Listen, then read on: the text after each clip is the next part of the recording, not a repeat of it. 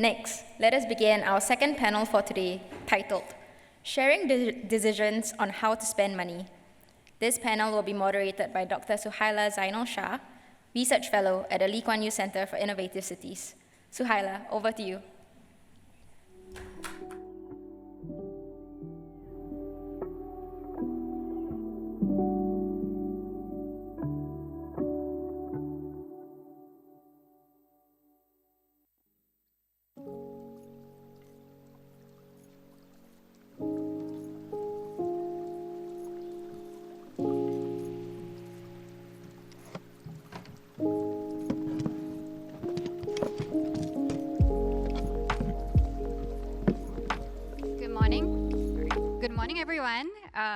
Hope you're all having an excitable time learning from everyone today.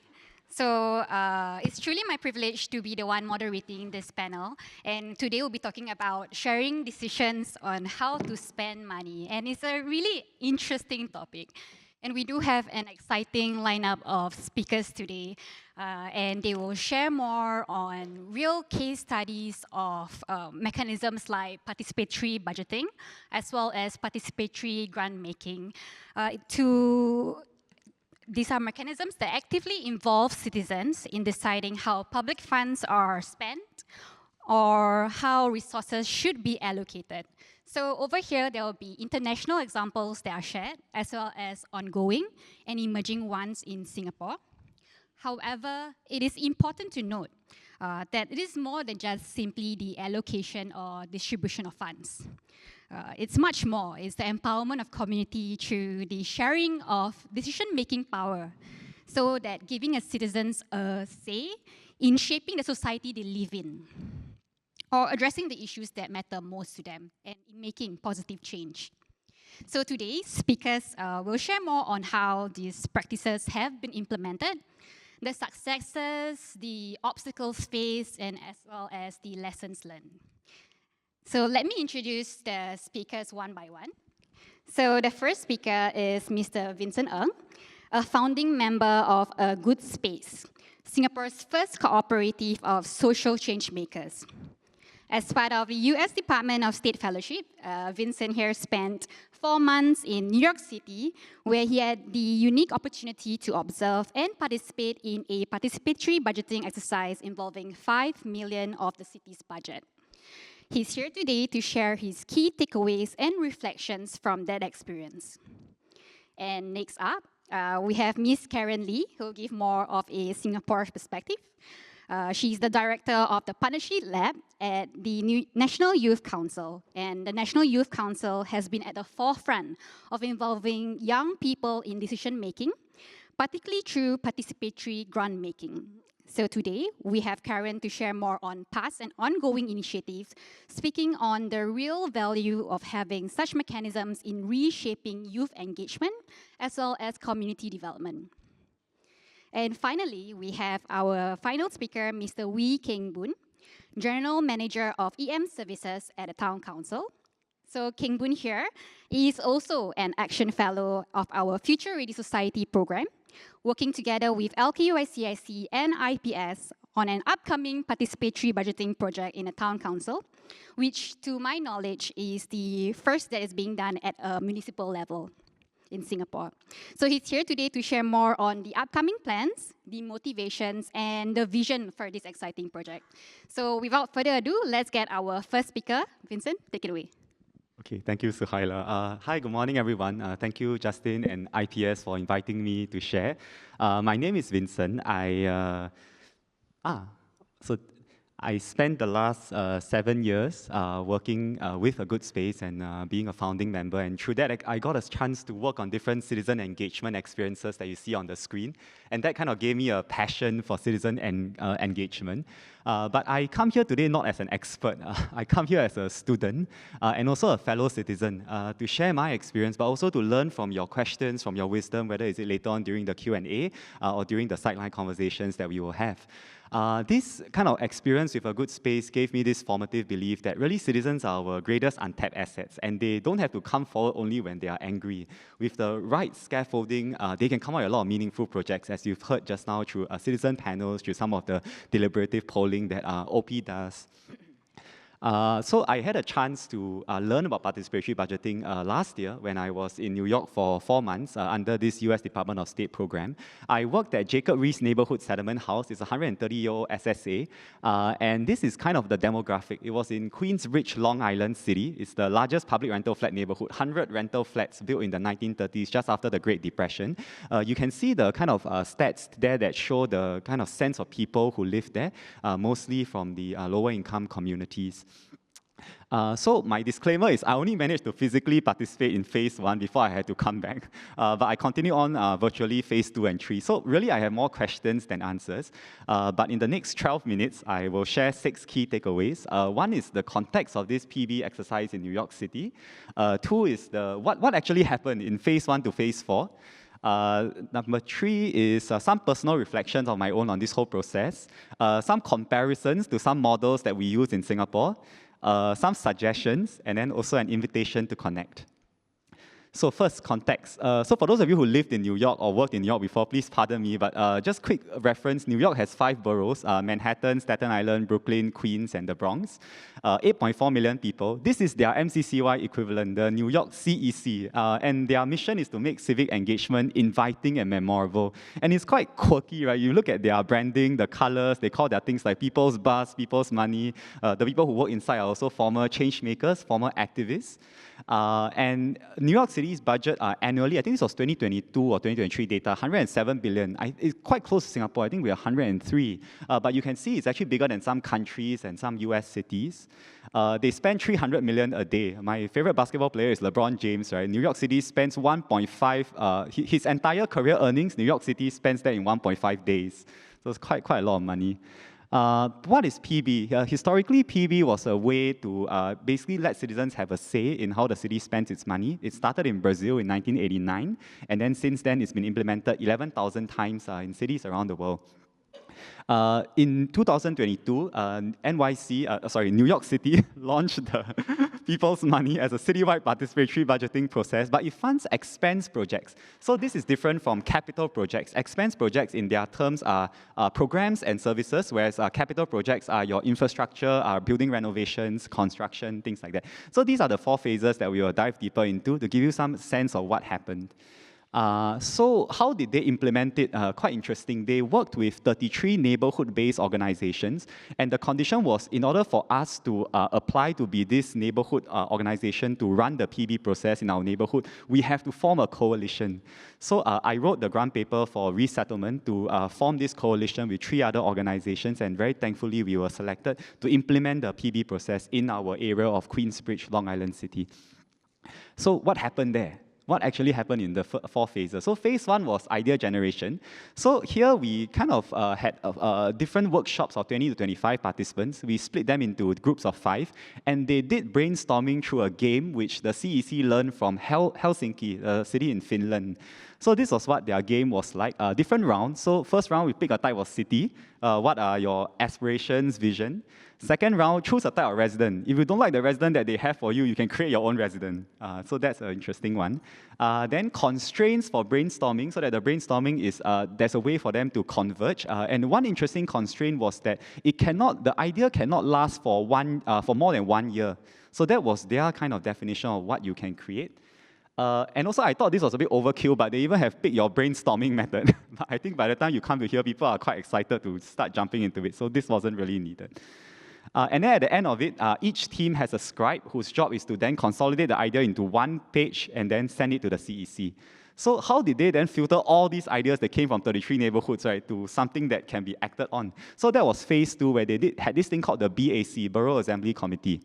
But before that, the CEC basically took all of these 1-pagers, they reviewed them, and disqualified those that didn't fit the criteria, so they removed 573, combined those that were similar, so then they were left with 436.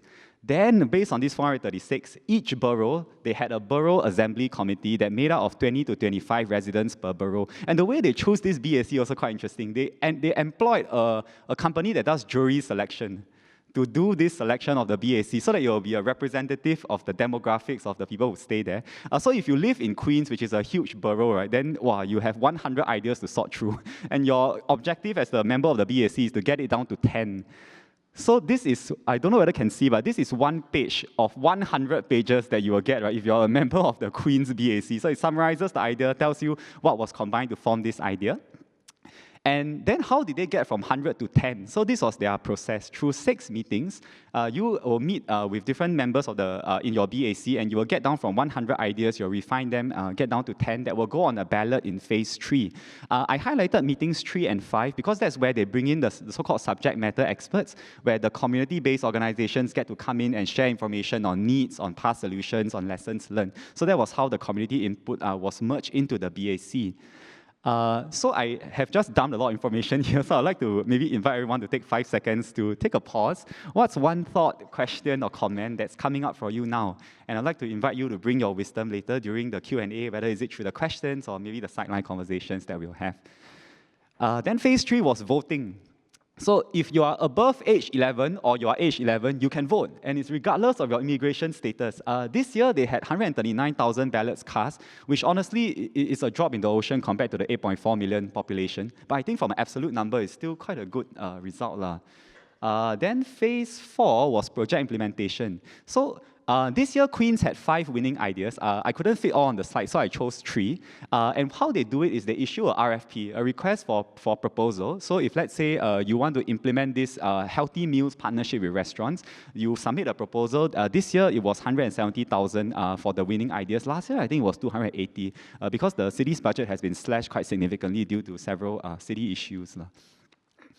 This is, if you are interested later, when the slides are uploaded, you can scan the QR code to see all the winning ideas from across the different boroughs too. And this is their project implementation. So if you are selected, this is the scaffolding. You'll go through a 1-year process from implementation to evaluation to execute the project. So my own personal reflections. Number 1, so this Dr. Sarah, when we got the grant, we went to a kind of gathering like this, and she said this that really stuck with me. It was the nature and the intent of the partnership with the MCCY equivalent there, with the community-based organizations. The language that they used was, we want to go beyond transactional grantor-grantee relationships, and we want to learn from you. We cannot do the work that you can do. We want to strengthen your ability to mobilize communities beyond just providing you with $52,000. And I thought that was very beautiful, and they did prove it throughout the whole engagement we had. But it was not all smooth sailing. I think there were 3 drawbacks. Number 1 is I felt there was not enough scaffolding in phase 1. So the thought that I left, which I don't have an answer, is actually citizens are the experts of their lived experiences, but maybe they need more scaffolding to come up with meaningful ideas. So because I observed a lot of ideas that were being thrown about, that were tried before, or that were things that people were familiar with, but then the innovation sense might not necessarily be there. How can we bring that out? Second thing is, you might feel disappointed, talking about some of the drawbacks of citizen participation. If you came out with the idea in phase 1, then it doesn't make it to phase 4, then how? Or you came out with the idea to phase 1, it makes it all the way to phase 4, but you are not the one who gets to implement it. Someone gets to implement it. So you might feel a bit disheartened. And then, at least to me, the mechanism for idea sustainability is not clear. So what happens after a year of funding, and what support do they provide to integrate these ideas into maybe the broader non-profit space? Okay, some comparisons, but before this, a quick disclaimer. I don't mean this as a criticism of anybody. I just sharing some observations on some dimensions, so please pardon me for this slide. So I compared it to YAC, Youth Action Challenge run by NYC, and also Temasek Foundation's Oscar Fund. But I mean, it's a broad category, right? It could mean things in that category. Across 5 dimensions, how does the People's Money compare? One is, I think, in implementation. So People's Money chose to implement with 33 partners, whereas I think for YAC, maybe choose or focus on specific vendors, like MPAC, 500 startups to implement. Then, of course, the Temasek Foundation is through its staff. I also feel that there's a difference in the level of community participation. People's Money seems to be more high, because you have a representative BAC that scores the ideas, then you got citywide voting. I know YAC has a group of judges to score the ideas, and also participatory grant making, which I think Karen will talk about later. Then, of course, for Oscar, it's the grant panel decides. The ideation process is also a bit different. In the People's Money, they source for the best ideas, then they appoint the teams. Whereas maybe for YAC, is you source for the teams, then you help them to develop their ideas. Capability development also different. People's Money works on civic engagement skill sets, whereas maybe YAC works on issue identification, needs analysis, idea pitching. And also, I think the tenor of the relationship seems to be a bit different as well. But of course, it's purely my observation. I'll look forward to discussing them with you later on. Okay, suggestions for Singapore. So 3 suggestions. One is, what if we had a BAC for evaluating ideas?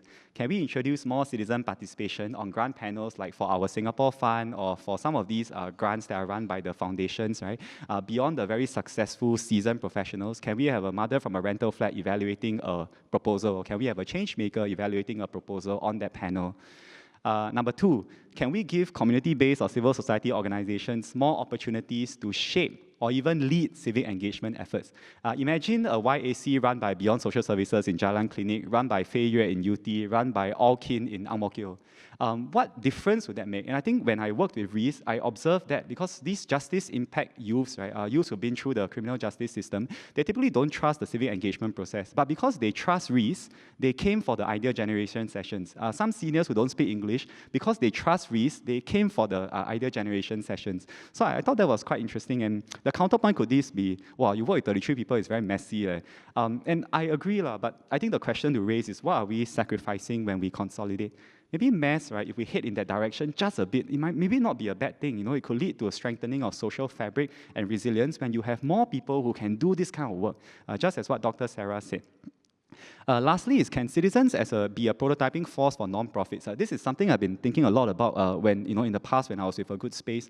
Non-profits are always very busy with service delivery, and they're very, very good intentions. Social workers are always taking on a lot of caseload. Can citizens be a way for them to take risks, to prototype new programs before they go to their board, right? To at least show a pilot that has worked. And I think very excited to see the Future Ready Society's efforts, and I look forward to maybe being part of that in some way. Lastly, I'd like to suggest 2 steps. One is, if you are interested to implement this, and as a Yishun resident also, I'm very excited to see my MP here. So if anyone wants to implement this, I'll be most happy to support you in any way. Or if you want to discuss this, please connect with me, and I'd like to buy you a cup of coffee. So you can scan the QR code there if you want. Or if you want to share an article version of this with your colleagues who are not able to come, you can also scan the QR code on the right. That goes to a blog article that I wrote. There is a lot more detail than what I can share today. Then the last slide is, I hope those of you in the positions of influence can consider implementing this for Singapore. Thank you for listening.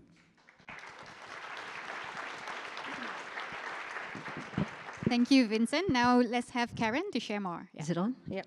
Hi, good afternoon. Good morning, everyone. We're not afternoon yet. I think I've been introduced earlier, so let me just put youth at the heart of this presentation. So let me share my sharing by sharing a story about 3 youths. This is Clarissa, Zoe, and Yanning. They are passionate youths. They're ex-colleagues and they're ex-teachers that work in the same special needs school. So what they have observed when they were there is that there was a need and gap where special needs students, after graduating at 18, they did not have an opportunity to learn more about financial literacy and educational processes along the way. So what they did, they realized that, how about we have an idea? We have an idea of a cashless smart wallet to suit the needs of this special community. And we teach them how to do it. And we include safeguards where the caregivers can perhaps limit the amount that they spend. They can also check in on how they're spending their transactions. So they came about developing this contactless mobile payment where they can just tap and make transactions along the way, such that youth with special needs can actually go on living independently. So this is Speak Grow. It's a group that went through the Youth Action Challenge Season 4. I'll share a bit more about the Youth Action Challenge subsequently later. So they pitched their ideas to a panel. They received $50,000 to do their project. So I'm going to pause here. If each one of you had 30,000 virtual dollars, would you vote for this team? Would you support this team? And why would you want to do so? So Speak Grow did actually go into the Youth Action Challenge participatory exercise, which I'll share a bit more later, where we included a PB component. And general youths out there voted for the projects, and they received additional funds from the voting process. So this project is just among many of the other exciting projects, innovative ideas that youths have come up with, and they want to make a difference. So today, sorry, I forgot, pass me the...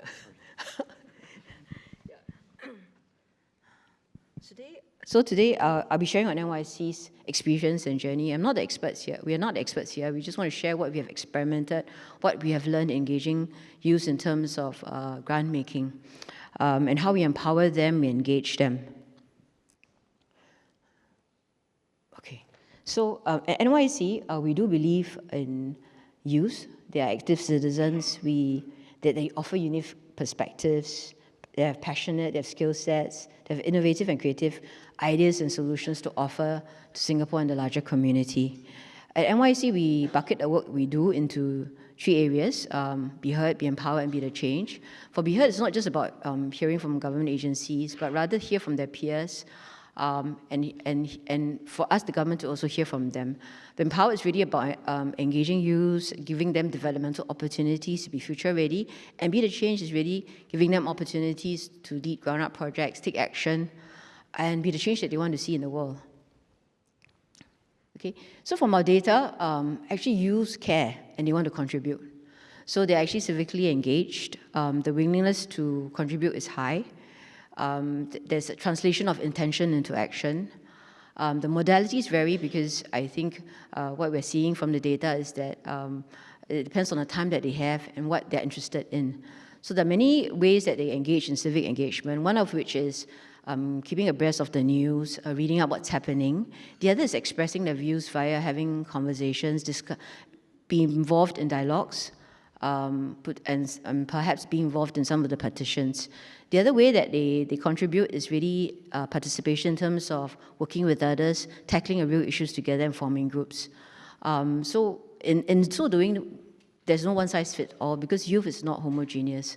So we need to provide a range of opportunities to engage youth, and having bite-sized opportunities help them because it helps lower the barriers of entry that allow them to participate and take action. So this is just a spectrum here. As you can see, the modalities range in terms of intensity and participation. It depends on what the youth interests are. And of course, the 2 initiatives that I will share today, the Youth Action Challenge and Young Changemakers, is just a form of a way where we engage with youth to co-deliver and co-create to make a difference in Singapore and in our community. So what do we hope to achieve by engaging youth in grant making? I think what we want to see is that youth exercise their civic engagement and participation, that they are an agency, they are active citizens of Singapore, and they can create and decide on youth-led solutions that better Singapore and the community needs. And in having first-hand experience in just experiencing government budgeting, we hope that youth will better appreciate and understand what are trade-offs, the considerations, and become better decision makers as leaders in future. So let me share about the Youth Action Challenge. It is a developmental program, about 4 to 6 months. Youth go through a series of workshops or learning journeys, and they come together and form teams to tackle real issues and real problems. They get to work with government agencies, businesses and community partners and NGOs to solve real problems that is on the ground. Some of them, so I just want to share, I think Vincent talked about it. Some of them come in individuals and they form teams on the spot. So we do have a team formation where they come together based on interests, causes, and they form teams in groups of 3 to 5. And through that process, they develop the ideas, they brainstorm, and then they propose solutions, and they can get up to grants of $50,000 and even receive mentorship from industry experts and stand to gain additional grant from the participatory budgeting exercise. Of course, we also work with private sector partners here, supported by Citi and UNDP, where they allow us to connect us to some of the venture capitalists, some of the resources out there that will help the youth to further the ideas and take it into reality. So this is a quick overview of the PB process. We've talked about the program earlier. And so it culminates at a pitch where the participants will then present their solutions to a panel of industry experts, which will decide on one of the grant award. Thereafter, they would then go on to do a participatory budgeting. They will have an opportunity to then share their projects, engage with youth from the broader community, from all walks of life about their project. Now, youth in general, and the larger population out there, will then have an opportunity to assess and vote for these projects and determine the additional grants that the teams can receive. So this is an attempt to show, in a nutshell, right, what it looks like and how it works. So there are 2 parts. The in-person part, where it is a physical marketplace where we invite youth, general youth and population to be part of this marketplace. They have a brief understanding, a briefing on what PB is, so they understand the process, they understand what it means. They get to interact and engage with the project teams, right? And they're able to provide feedback to the teams as well. And through that, after that, they sign up on the platform where they can then allocate virtual dollars to at least 3 teams. And the virtual dollars would then be converted into actual grants for the teams. They can nominate or vote and allocate money for more than 3 teams, but minimally 3 teams. And the participants need not allocate all of the $30,000 virtual dollars. It's up to them to decide, and that's a decision and it's a choice. For the online use, it's a larger community out there. They will go through the voting platform. That's where they read the project descriptions, they understand the themes, they understand the judging criteria and what the PB process is, and they will explore the project and then decide to allocate how they want to allocate the 30,000 virtual dollars each for every single youth to at least 3 teams. And then at the end, we will let the YC team knows what is the total amount that was granted to them. So these are some projects that have happened.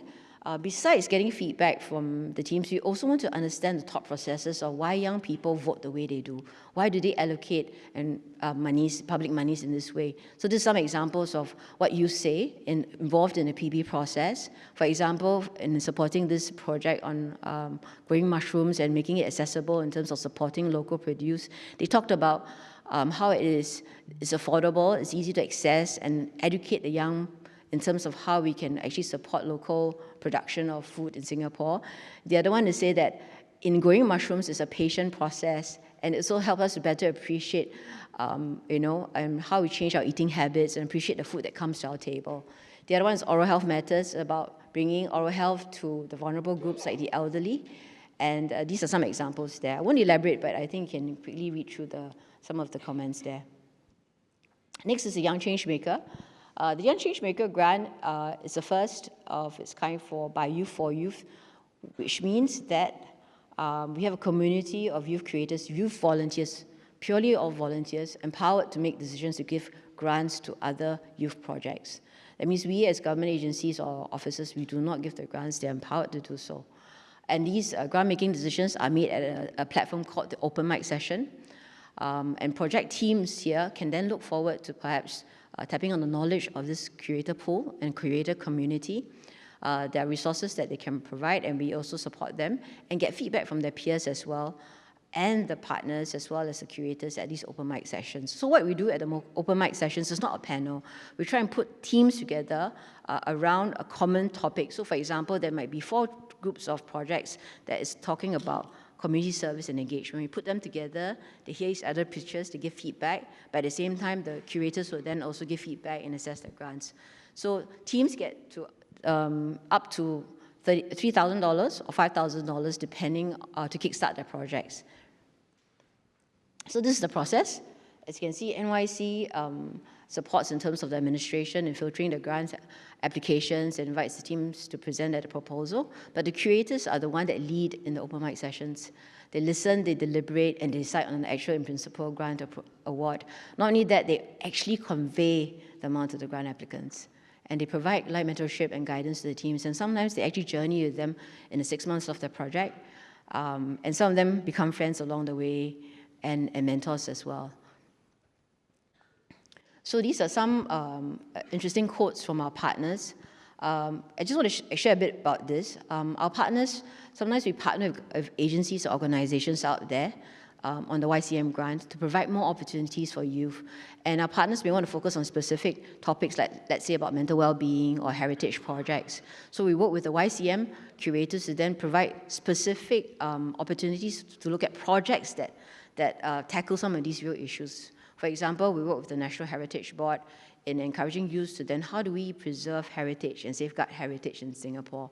And we get ideas from youth and projects from youth on this. So it's interesting because I think very rare do we give the power for young people to decide on grants. So some people might be uncomfortable and they may have doubts, but what we do, we invite them into the open mic to see the process. And these are some of the feedback where they say that the youth curators, they actually complement the engagement efforts. They value add to the process. In fact, they were very impressed by the questions and the curators who are guiding the teams and the way they assess the projects. So what did the youth say about this process in both YAC and Young Changemaker? they feel trusted and empowered. They see the value of the grant-making process involving youth. And I think these are some stories, anecdotal stories by two youths. Raswan was involved in the season 5 and 4 of PB exercise. He felt empowered. He felt vested in the team's resourcing needs.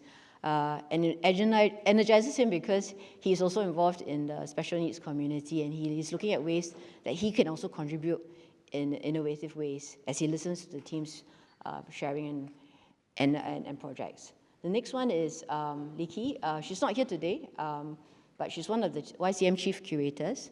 And for her, I think it's quite clear that she feels empowered to give grants, and the youth voices matter in the grant. And she also feels energized, and she learns new things as she listens to the project teams and the project proposals.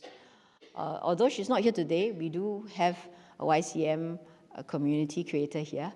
You can see whether you can spot him in the audience and have a conversation with him and his journey. So I recognize them. I just want to share that it requires commitment and passion. The open mic happens every month. That means 12 sessions a year. And it is to the dedication and the passion of young people that this is possible. The last one I'd like to share is our learning journeys from our lessons and from the participatory grant-making journey. I think what we took away is this: it's important to be very clear of the objectives and clarity of roles. I think in anything that we design, we need to be very clear. What is the objective? How do we measure the outcomes, and be clear of the roles? So for example, the YAC PB exercise, we share with the participants that while they vote in virtual dollars, these are actual projects that impact real lives. It has an impact on the team. So when you make a decision, it's quite clear that they are also contributing to that in the larger community. Some of them may choose to volunteer later on. Some of them may just vote and participate by giving grants, but it's very clear what it is. Right. The second one is, for example, have supportive stakeholders. I think it's important to engage the stakeholders early. I mentioned earlier, some of the stakeholders may not understand the process. So how do we get buy-in and convince them to allow young people to have a stake and say in grant making? I think it's important to show them the process, engage them, let them observe, and then, of course, work with them and together with the youth in this process. The third one is create environments that are trusting, authentic, and safe. I think real decisions are made, real dollars are given out. As I said, it's not just the money, but the process and the intention of it. How do we create a safe space where we hold space for young people to give out the grants, right? I think that is important to create. Then how do we allow and enable our youth to make informed decision makings about grants? We equip them. So for example, the YAC, we explain to them what's the PB process, what's the criteria that they need to look for in assessing the proposal. For the YCM community, of course, there are learning journeys, training that will help them deepen their skills and broaden their perspectives as well. The fourth one is actually about an iterative process.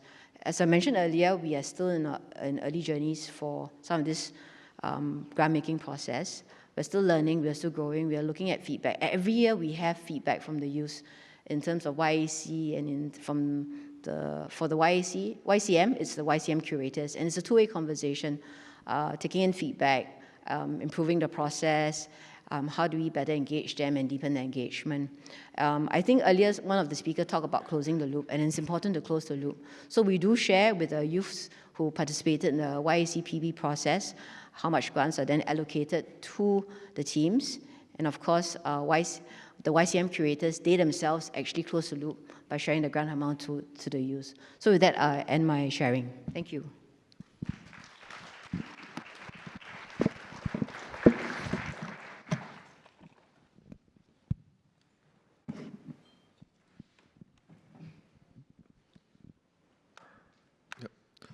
So earlier, I've also been introduced as a GM for EM Services, serving one of the town councils. So what we are doing here is starting a pilot for participatory budgeting. But that's it.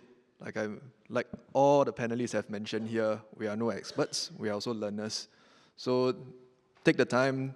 We'll also want to understand from everyone here because participatory budgeting is something that is two ways, it's never one way. So what I have here is a very brief sharing, also some of the conceptual framework that we will be embarking on when we try to implement this. So in terms of public housing, we are looking at almost 4 million or even more that are staying within our HDB estates. So if we can do this well in terms of participatory budgeting, we are listening to the voices of a vast majority of our nation. That said, of course, we expect that there are things that we will then have to filter out. There are things that we will work with the community to then further improve. So town councils, many of you may know town councils as a source of complaint or a source of feedback. But actually for us at town council, the key role is actually to control, manage, maintain, and also improve the common property of the housing estates. So common properties can be anywhere from a common corridor all the way down to the open spaces, the leaves and whatnot.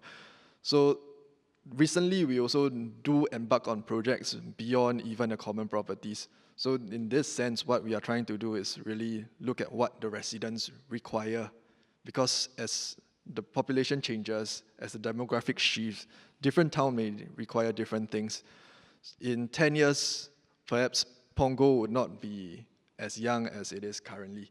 In 10 years' time or 20 years' time, the demographics would have changed, the needs would have changed. So the town council's role in this aspect is then to better understand the needs of the demographics at that point in time, and how do we design for it, how do we plan for it. So town councils in general, these are the few things we do. But in the participatory budgeting exercise that we are trying out now, the main area that we want to look at is in terms of town improvement and upgrading works. So how do you equip the town to suit the needs of the residents? This is something that we are always questioning ourselves, and at the same time, we want to reach out to residents to better understand how to meet those needs. So this is something I always show to people. So in the middle, what you see here, stakeholders. In general, a town council would deal with a full web of stakeholders.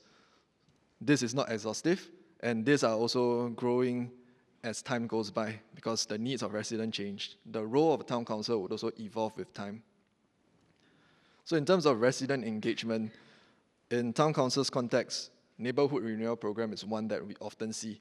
So that also has a built-in element of participatory, but at this level, this is on participatory design, whereby the town council will come up with the concept after understanding the needs of the resident. So this may include some linkways that you see, some of the estate upgrading for multi-purpose halls. So the NRP-wise, while it's funded by the government, the implementation agent is actually the town council. So this targets the older estates. So some of the common works that we see, as I've mentioned earlier, is sheltered linkways, community gardens, residence corners. But we also do increasingly see projects or features that are different. So for instance, even in the realm of playgrounds, now there are water play equipments. So things along those lines are something new that we do expect residents will bring up. But then how do we balance in terms of the budget? Because such features in terms of the expenditure-wise, definitely that would be higher. But if there is a need, then we will have to balance and prioritize what are some of the projects that we will then look at. So in terms of the Neighborhood Renewal Program, the NRP, there are built-in elements in terms of how we engage the residents. So it comes in two phases. As highlighted here, the public consultation and also the consensus gathering are the steps that we then engage residents. So in public consultation, it is very preliminary. These are then to showcase some of the designs that the working committee, which involves the town council, HDB, the residents, as well as our consultants, some of the features that we are proposing to the precinct or to the residents within the precinct. In that aspect, these are already designed for. These are proposals put up to be then prioritized and voted. So at consensus gathering, this would have taken in the feedback from the public consultation side. So as mentioned, similarly, this is really a consolidation of feedback, but the design has already been made. So in terms of participatory budgeting, is there a second level that we can look at, before the design is already made, before the ideas has already been consolidated, are there ways that we can then get residents involved to give us ideas of what they want at the very onset, before the design is already formed?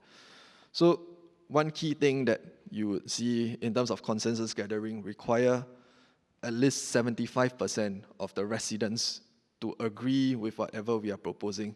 So that number is very daunting. It is not easy to get the votes.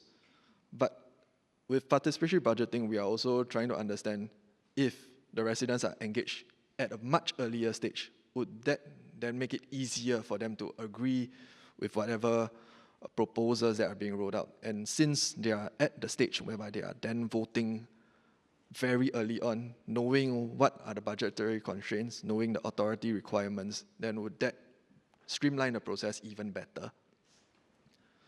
So in the current state of things, residents' engagement largely focuses on the amenities and also the functionality, not so much on the budgeting process. We have also very limited resident influence in the sense that not every single resident will come in to do the voting. Even though we try to hit 75%, most days on a good polling session, we will still have to go to door to go and knock the doors of residents to say, hey, this is something that we are trying to implement. Do you have any comments? Do you have any concerns, or something that we can address as early as possible? So this is something, if participatory budgeting can come in, whether it can be addressed at the onset. So when we look at this, resident engagement is quite key, because for me, I'm also doing research in terms of resident engagement. So one of the key things that I'm trying to come up with is a framework for innovation implementation for municipalities. So in our context, that's the town council. And during such experimentations, one key thing that I did was doing interviews with key stakeholders within the town councils. So this is the breakdown of it. We also focus on whether pre-implementation or post-implementation is more critical, with most experts coming in that pre-implementation, before we actually start doing the project, is more critical. So some of the keywords that we notice when we do this engagement, you would see those highlighted: resident engagement, communication, stakeholder engagement, funding, social impact. So these are things that comes up very regularly. With PB, we expect that this can then resolve some of the issues, or at least most of the key concerns that the experts have also come up with when we are implementing innovations. So on the PB exercise itself, I think the panelists has also shared some of the examples of PB and how it has been done, let's say in New York City or even in grant-making purposes. But for our stance, it is something very new. It is really focusing on the infrastructure and also how to cater to the needs of the residents. So while the NRP model is shared, there are built-in elements whereby we engage residents. We want to then bring it a step further. Can we engage earlier, even at the stage of design development? So this framework that we are proposing is an evidence-based PB conceptual framework, but as mentioned in the name, it is conceptual. We expect that as we roll this out, we may then have to tweak it. We may also have to implement things that we may not have foreseen in the early stages. So in general, there are 9 steps that we are looking at. The first one, of course, the preparation and design, is to understand the ground, is to define our scopes, what are some of the key things that we will want to achieve with this project. Then, of course, at the second stage, we are going to engage the residents. But as mentioned, we do not want to engage just with design. So not things that are already planned for, but we want to say, hey, this is the location that we are looking at. Is there anything that you feel is required? So these are questions that we will pose to the community, not to tell them, we have already decided this is a playground. Which design of the playground do you like?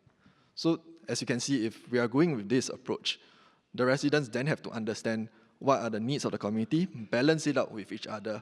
At the same time, can this project feasibly be built? Because we also let them know there is a budget, there's this amount set aside, and what are some of the constraints that if residents propose a playground compared to if residents is proposing a residence corner. So these are things that we then work out with the residents. So that comes in the stage of ideas collection before we then streamline it further, and also in terms of proposal development and deliberation. This will then allow us to rank and vote against the ideas that residents within a community may have came up with. So we can have ideas, as earlier mentioned, for playgrounds. We can also have ideas for residents' corner or even a community library. So these are ideas that within the community itself, they will then have to come out and decide, is it more worthwhile to do the playground, or is it more worthwhile to do the community library based on the budget that they have? So that would then fall into the voting process. As mentioned earlier, we are working with IPS, we are also working with LKYCIC in this project. We also expect that from the NRP experience that we will require a lot of engagement with the residents. Not to say that, oh, just because we have this, we expect the residents will come down naturally and give us their votes, give us their ideas. We do expect that we then have to engage them, even door to door. So that's why there's hand voting, paper voting. And because we are working with different demographics, some may not be as well-versed technologically, but they would still want to propose their ideas. But do they know whether they have this avenue to do so? Okay, so these are things that we consider before we move on to budget allocation, after we go from the voting exercise. So of course, in this budget allocation, we then streamline what are the projects that we can implement based on the budget that we have so far. Then we move on to implementation. So this is the actual implementation of it. At the same time, as earlier panelists has also brought up, we want to close the loop with the residents to tell them, we have listened to you, we know these are things that you have suggested. However, there are some constraints we may have considered. What could be implemented or what could not be implemented and why? And is there any further plans that we then want to look at? So then when we go to monitoring and evaluation, this is after we implement, how heavily is it used? Because while many times we can say that this idea suits the needs of the residents, but when it's actually implemented, we also do not want it to become a white elephant. So if that becomes the case, is there something we have to further look at, or is there some issues in terms of the implementation process at the onset? So of course, the last part is to then understand the feedback and learn from the experience. This is not something that we want to do just once off.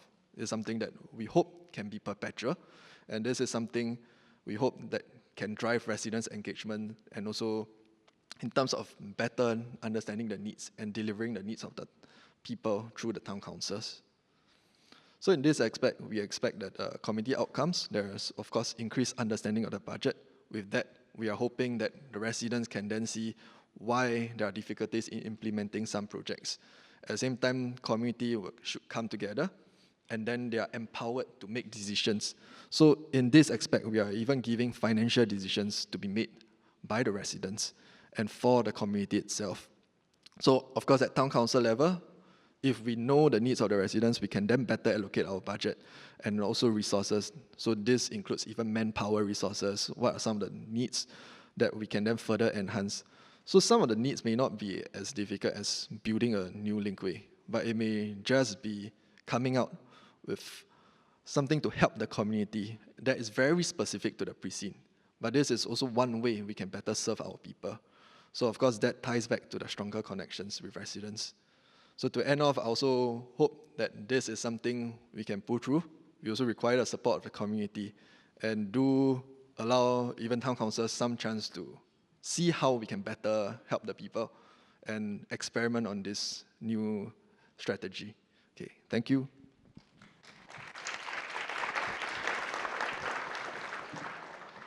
Thank you to our speakers for the very insightful sharing. I really learned a lot, and now we'll move on to the moderated Q&A session. So I've prepared a few questions, but I was looking at the platform itself, and there are really very challenging questions here that I want to ask the panelists, and probably start with an easy one, okay? Easy lah. Okay, so a lot of them has mentioned more about the sustainability and what's next. So like more about, so PB as well as participatory grant making is a great start to kickstart meaningful projects by and for the community.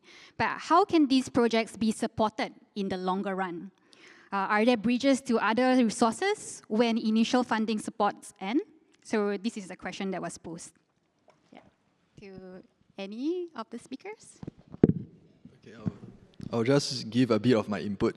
So this was when we were engaging LKYCIC and IPS, this was actually one of the key concerns I have, because what we want to do is not just implement it. At the end of the day, once we have built whatever infrastructure, this will last for many years to come, and it is supposed to last for many years to come. So one requirement that we have tied down on is on the town council's end, we will then maintain it in the longer run. At the same time, as you can see in the model that we are proposing, there will also then be a review whether this facility is well used, whether there is a need for change, and if there is a change that is required subsequently, then we can then further study on it. So for the pilot-wise, this would then cover the longer-term aspect. So for the Youth Action Challenge, youths have about 1 year to complete their projects. After the 1 year, what we do is we check in the youth whether they want to continue with their projects, because some of them have different demands and challenges, and they move on to other areas in their lives. So if they want to continue, what we can do, we can plug them to the larger ecosystem.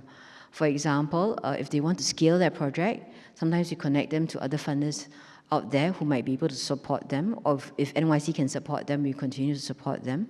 The others to plug in with to a larger ecosystem and enablers out there. I think we've got MVPC Rep here, we've got Bagus Together. It was set up as an ecosystem to rally and support startup and ground up. So how do we then connect them and channel them? And I think I mentioned in Youth Action Challenge, we also work with government agencies and how other government agencies can come in as stakeholders to support some of the youth in terms of sustaining their projects and taking their projects further. So these are ways where we can encourage the youth to sustain their projects moving forward. I think recalling one thing that the CEC is really good at doing is documentation. So if just now you scan that QR code and you go and look at all the ideas that are on the website, you can actually see even from last year's exercise, the ideas that are created, what were the considerations behind those ideas as well. So I think this kind of central knowledge management is very critical to sustainability too, so that maybe 5 years down the road, someone wanting to do a similar thing learns from the best practices that have already been established. I also observed that at the RFP phase, the people who win the RFP who are not already non-profits, who are individuals or social enterprise, what they did after the 1 year was they facilitated bridging into non-profits within that locale who could essentially absorb the program into their budget or into their staff costs, or this person into their organization as a staff or a vendor. So there were these connections that were available. All right, so we'll carry on to another question, which I thought was a bit more thought-provoking. So it's literally phrased like this. How would you suggest for power or money holders to be convinced with citizen ideas? In my experience, citizens are more than willing to contribute, but funders, decision makers are not that willing to let go of their power. So do any of the panelists or speakers have anything to share on this? Our opinion on this?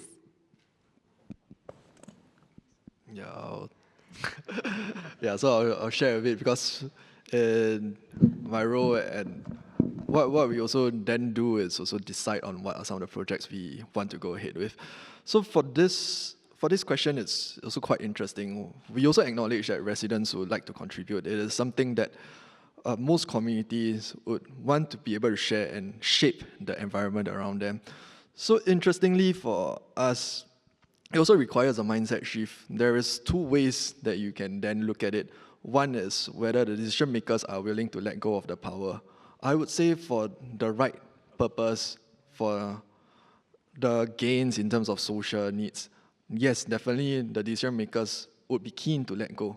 But at the flip side, we also want to then see for, say, in a position of resident, how do you gauge if something is successful or it didn't work out? Say, for this instance, we are doing a PB trial. Subsequently, the end goal of it came out that the infrastructure that was requested through all these rigorous exercises, it was something that was not in use maybe 1 year later. Is it considered a failure? So if the committee deems that it's considered a failure, subsequently then pin it on the decision maker, it also creates a very vicious cycle whereby you are just blaming each other. So there is also a need for a mindset shift on both ends. Not only whether the decision makers want to let go, it's also whether the committee can then understand, hey, if we are going to try something new, there may be a chance that it does not go out well. But does that constitute a failure? In my opinion, it doesn't, because then you know something may not have worked out well. Is there something that you can have done better? But if you don't try, you will forever be stuck in the same conventions. So that's my thoughts.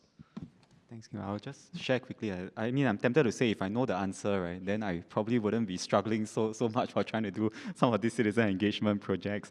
But I maybe respond by sharing a story. A few months ago, I was going to the airport for a trip to Laos, and then the cab driver happens to be the father of a national football team player. And then because I like football, me and my father watch it a lot. We support Singapore football. Then we were discussing why is the state of football like that.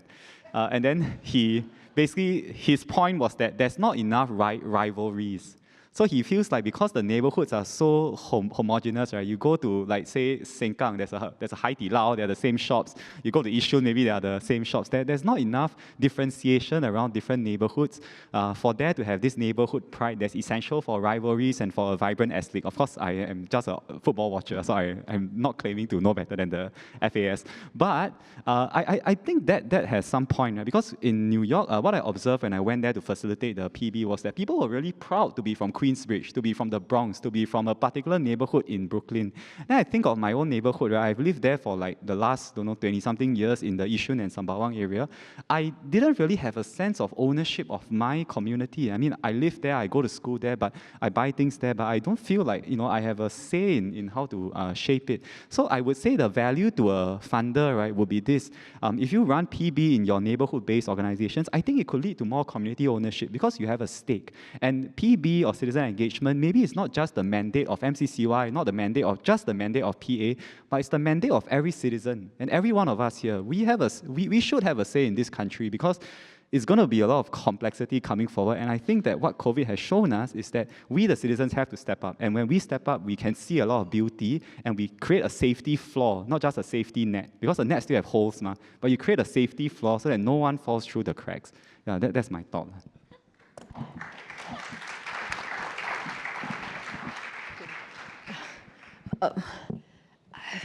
I'm not sure about convincing power. I think, what do you mean by power? I think, first of all, use are citizens of Singapore. They care about where they live and they care about communities. And I think in that sense, I'm not sure about ceding power, but giving them opportunities to have a say is how we designed the program. So I remember many years ago, so YCM started in 2006. That's some 20 years ago. I remember it was the first one and I was still in youth, but I'm no longer youth. But I remember it was interesting. We have, of course, we fine-tuned the process over the years. And if you give youth the opportunity to take responsibility and ownership, it's quite interesting. They were rounding up dollars to 0.5 cents and 50 cents because they felt the responsibility in terms of grant making, but they also wanted to support projects and youth ideas. So I do think from that, it demonstrates that youth, if given opportunity, they can do the work. They are responsible citizens. They understand the risk, and if you draw up and the criteria, they know what to do. So our YCM curators always surprise us and surprise our partners in the way that if you look at the open mic sessions, if you want, you can drop by, let us know. The kind of questions that they ask, how they journey with the youth, using a developmental lens. It is not a competition. They take responsibility and take care of public monies, and they don't take it lightly. But what we want is, at the heart of it, the youth curators will always say that it's about the youth, it's about supporting the ideas. No idea is too small for a young person to start taking action, that they might have the experience, and so doing, understand that they can co-create and co-shape Singapore together and meet real community needs. Well, those are very interesting take on this, and I think there is value in such mechanisms. So I will just squeeze in. Oh, yes. Oh, okay. Okay, so let's open the floor to a question. Yes, please introduce yourself first, and then hello, just hi. go ahead with the question. We're just going to make it open mic, right? Because I want to respond and also ask a question to Vincent.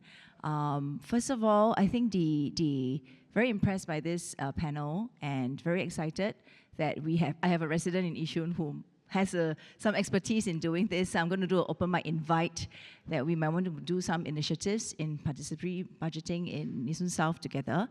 My question is, what do you observe as, are there differences in the kinds of enthusiasm in levels when you were in New York, working with those residents and Singapore residents, right? Because I think it's not for lack of trying, but sometimes it's really challenging to get citizens who actually want to come forward to. You only get a really small percentage of eager people who want to participate, and out of that eager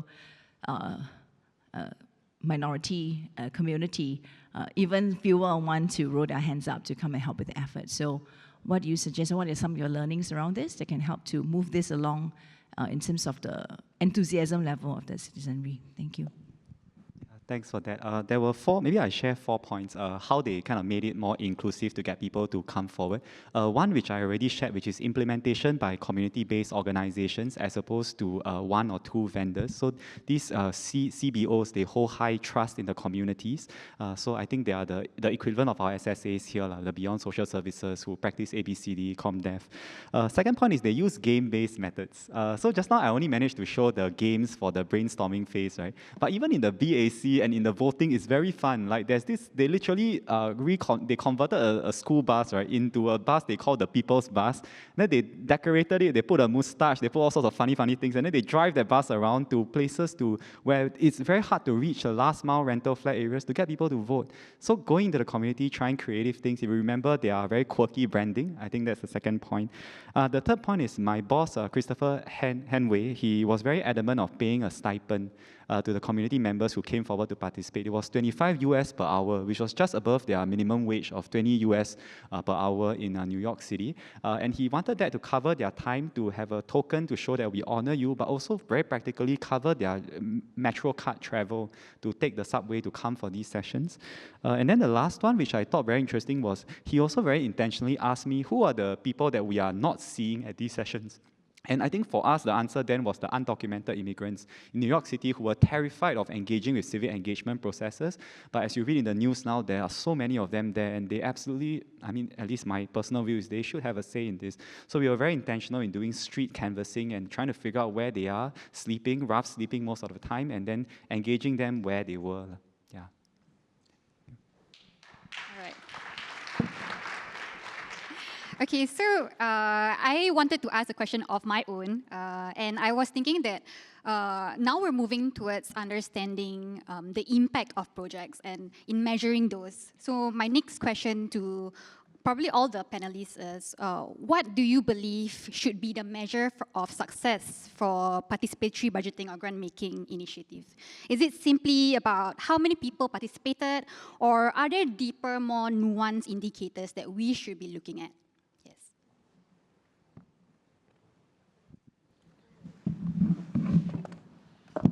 Okay, I'll start first. Actually, it goes back to the design of the PB process. What did you set out to achieve? What was your intention? What was your goal? And then you look at the outcome indicators around the initiative or the process. So for us, I think maybe the 3 R's. I mean, one, it could be reach. Are you reaching to the target audience that you've reached out to in terms of the exercise? Are you being inclusive in your reach? It's not just about numbers, but inclusivity as well. The second one is response.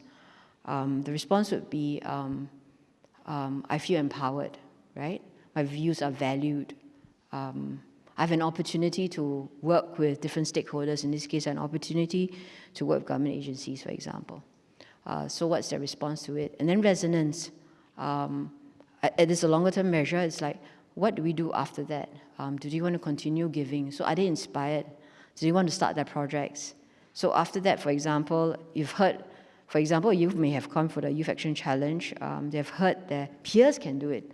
then what's stopping me from doing a project? If I have a cause that I care deeply about, can I rally my friends to do something? Can I rally my friends to then come together, put in a proposal, or even go for Young Changemaker grant? So I think I won't specify the specific indicators. At the end, it's really about what was the reason that you designed this in the first place, and then focus on those and see how you can best measure them.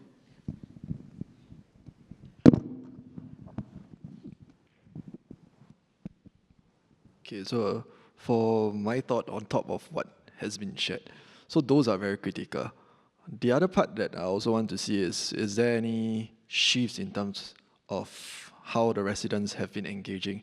So one key thing, I think what Ms. Carey also highlighted was, it is not so simple for us to engage a very wide committee. Community-wise, there are also people who refuse to be engaged. Are there ways that we can then shift them to want to be engaged, for them to then share? So any changes in terms of the mindset, in terms of how they are engaged, this to me would then be able to show that whatever we are trying to do has been successful. So other than that, the other part that I do see is when they step forward, is there anything that they shared which we can then look at further plans? So I don't want to see PB as a one-off thing whereby subsequently it just dies off naturally. Is there ways that it can be sustained? So the success factor would also then look at, is there more implementations that we can do? Is there more engagement that we can subsequently do? Or at the very least, this can then be the catalyst for other agencies, other organizations to start off also a PB process. Vincent, do you have anything to add on? No? Okay. All right. So my next question is more towards, give me a moment. All right. So Vincent just now shared individually, so I was thinking of asking a question to both Karen as well as King Boon.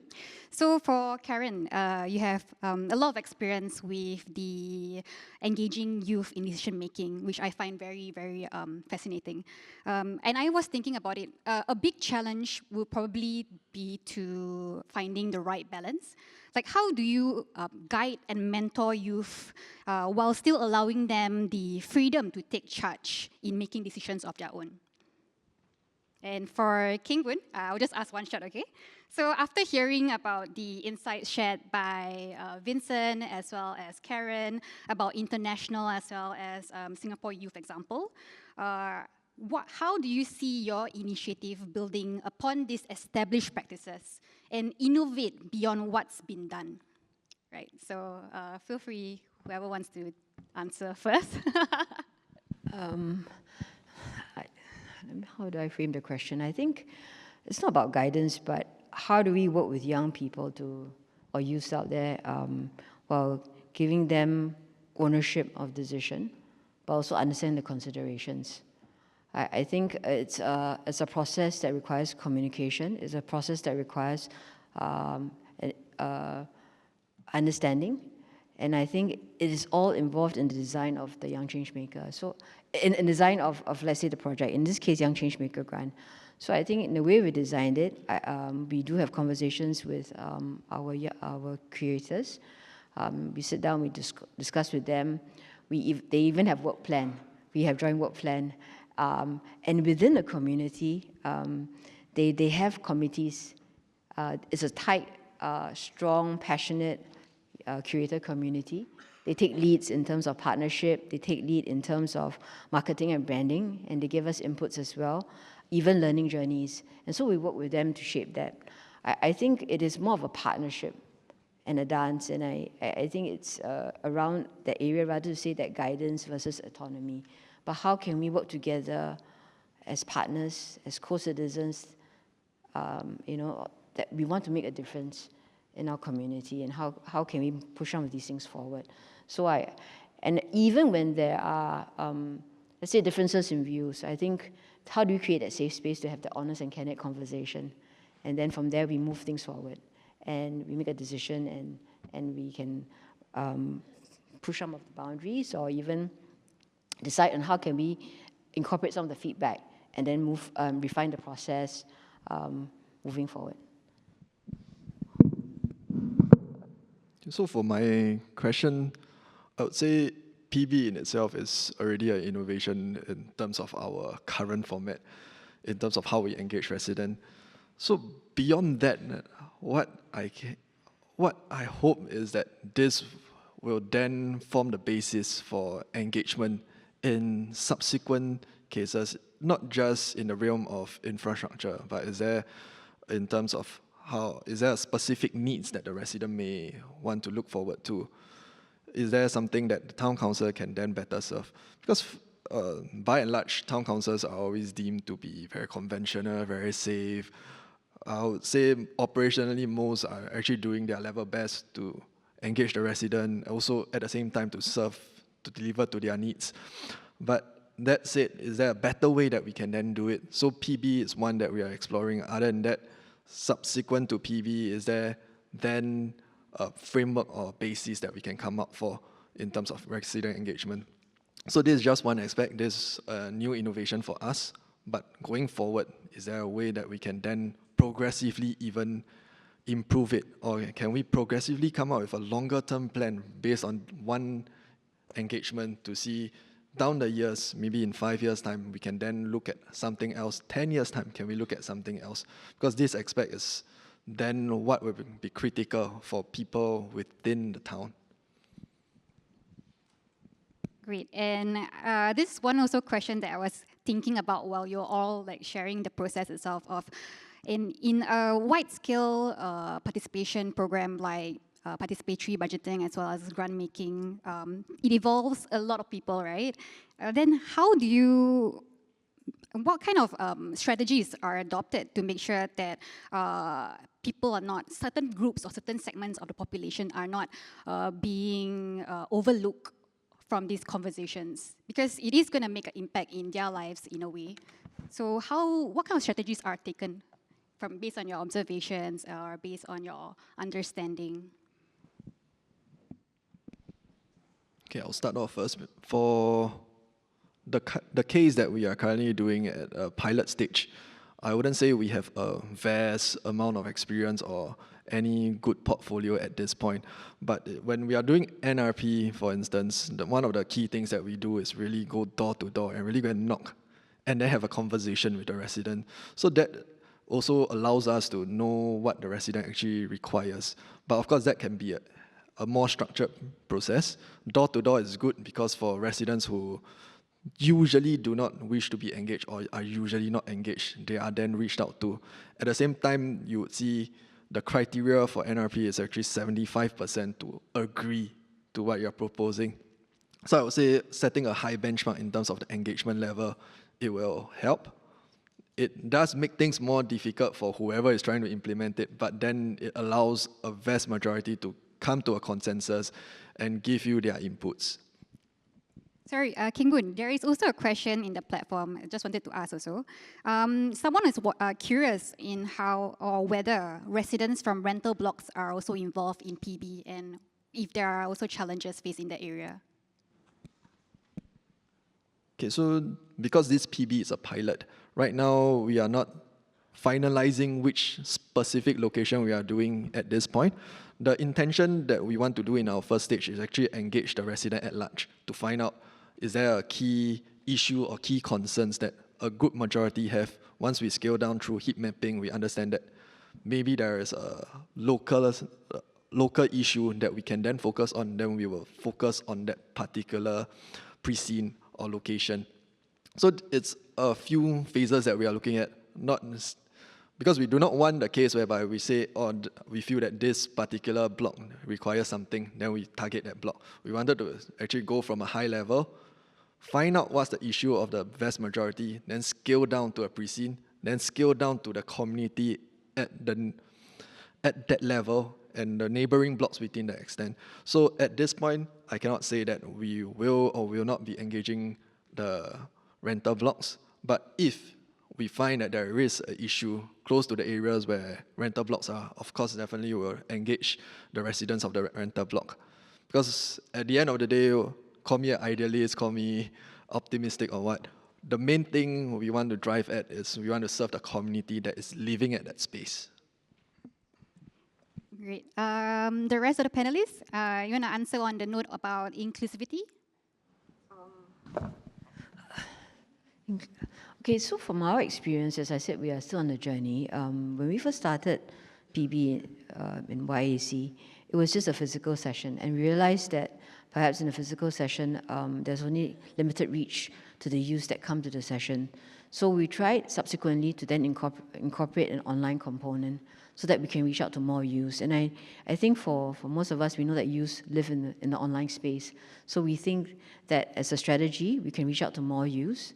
And also through publicity, through our social medias, we can then target different segments of youth out there and market some of these opportunities to participate in PB. So this is some of the strategies that, or efforts that we've put in to be more inclusive and to engage and reach out to more youth in the PB process. We're still learning, we're still refining and along the way. Thank you so much. And with that, I'm mindful of the time, so we'll need to wrap up. Let's give a round of applause for our panelists. I think they shared quite a lot, and it gives us a lot to think about as we move on to the next segment of the conference. Thank you so much.